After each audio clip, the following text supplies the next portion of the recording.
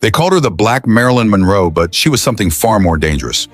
Her name was Joyce Bryant. In 1852, if you walked into the Apollo Theater or the elite clubs of Miami, you would have seen a woman who looked like she was carved out of moonlight, with hair dyed a brilliant metallic silver and gowns so tight she had to be sewn into them. Joyce Bryant stopped shows cold. According to records from Jet and Ebony magazines, she was earning upward of $3,500 a week, an astronomical sum for any performer in the 1950s, let alone a black woman. She possessed a 4-octave range that could shatter glass, and a presence that defied every submissive expectation for black women of the era. But the archives reveal a much darker reality behind the glamour. To achieve that signature silver look, Bryant was using silver radiator paint and heavy dyes that were literally eating away at her scalp. Historical reports from the era document that her hair became so damaged it began to fall out in clumps.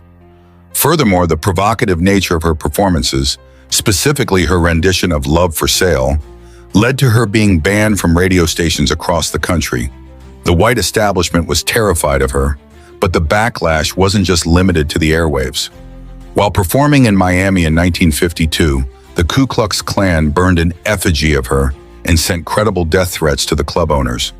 They weren't just offended by her music, they were threatened by a black woman who commanded the absolute, undivided attention of white and black audiences alike.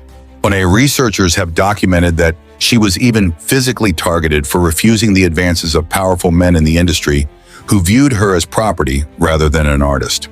Then, at the absolute peak of her fame in 1955, Joyce Bryant did something that sent shockwaves through the industry. She walked away. Official records from the Seventh-day Adventist Church confirm that Bryant underwent a spiritual transformation. She gave away her expensive jewelry, discarded her iconic gowns, and enrolled in Oakwood College. The glamour had cost her everything: her health, her voice, and her peace of mind. She famously stated that she was tired of being a symbol and wanted to be a human being. She spent the next decade far from the spotlight, raising money for the poor and putting her life on the line on the front lines of the civil rights movement. Historical records from the SCLC and SNCC show that she was a consistent presence in the struggle, marching alongside Dr. Martin Luther King Jr. and using her remaining influence to fund the movement. When she eventually returned to the stage years later, it was on her own terms. She didn't return to the jazz clubs or the silver sequins.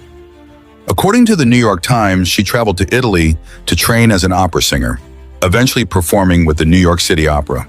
She spent the final chapters of her life training a new